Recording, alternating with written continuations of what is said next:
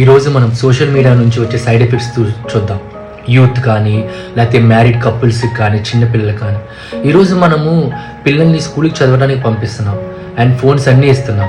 Phones ఇవ్వటం తప్పు కాదు, కానీ వాళ్ళు ఎలా యూజ్ చేస్తున్నారో మనం తెలుసుకోకుండా ఉంటున్నాం చూసా తల్లిదండ్రులు, అది తప్పు.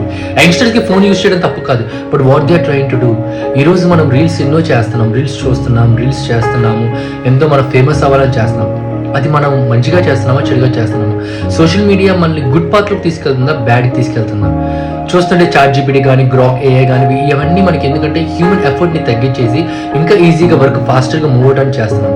ఈ ఇన్స్టాగ్రామ్, స్నాప్స్ ఇవన్నీ యూజ్ చేస్తున్నారు, బట్ వాట్ యువర్ డూయింగ్, దీనివల్ల మనకి ఇల్లీగల్ రిలేషన్స్ పెరుగుతున్నాయి, కొత్త కొత్త కాంటాక్ట్స్ పెరుగుతున్నాయి. సో మ్యారేజ్ ఉన్న వాళ్ళకేమో మ్యారేజ్ బ్రేక్ అయిపోతుంది కొత్త పరిచయాల వల్ల, వాళ్ళ మంచి గుడ్ రిలేషన్, వాళ్ళ బాంధత్వం మొత్తం పోతుంది. అది కూడా అబ్బాయిలు అమ్మాయిలు చూసుకుంటే వాళ్ళకు ఉన్న రిలేషన్ కానీ లేదా వాళ్ళ ఫ్రెండ్షిప్ కానీ ఏదైనా కానీ ఏం చేస్తుంది, అది రాంగ్ ట్రాక్లోకి వెళ్ళిపోతుంది. ఈరోజు ఎన్ని రిలేషన్స్ బ్రేక్ అవుతున్నాయి. పిల్లల చదువులు, ఈరోజు మన పిల్లలకి మనం ఇంజనీర్ చేయాలి, డాక్టర్ చేయాలి, లాయర్ చేయాలి, ఇంకా ఏదో మంచిగా చేయాలి అని మనం చూస్తున్నాం.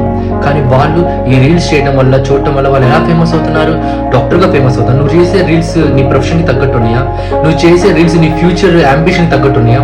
నువ్వు కానీ హీరోయిన్ కావాలనుకుంటే నువ్వు ఇంజనీర్ డాక్టర్ చదవాల్సిన అవసరం లేదు. నువ్వు డైరెక్ట్గా ఇది ఫిలిం కోర్స్ కానీ లేకపోతే యాక్టింగ్ కోర్సెస్ కానీ ఫోటోగ్రఫీ కోర్సెస్ కానీ నేర్చుకుంటే ఇంకా బెటర్గా ఉంటుంది. కానీ మనం చదివేది ఏంటి పేరెంట్స్కి తెలియట్లేదు.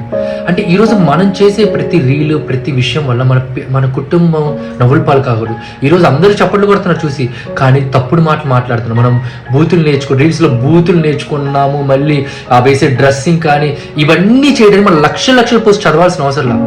ఈరోజు మనం మంచి దారిలో నడిస్తేనే మన పేరెంట్స్కి మంచి పేరు వస్తుంది. మన మంచి పేరు ఎక్కడో లేదు, మన చేతిలో మనం చేసే ప్రవర్తనలోనే ఉంది.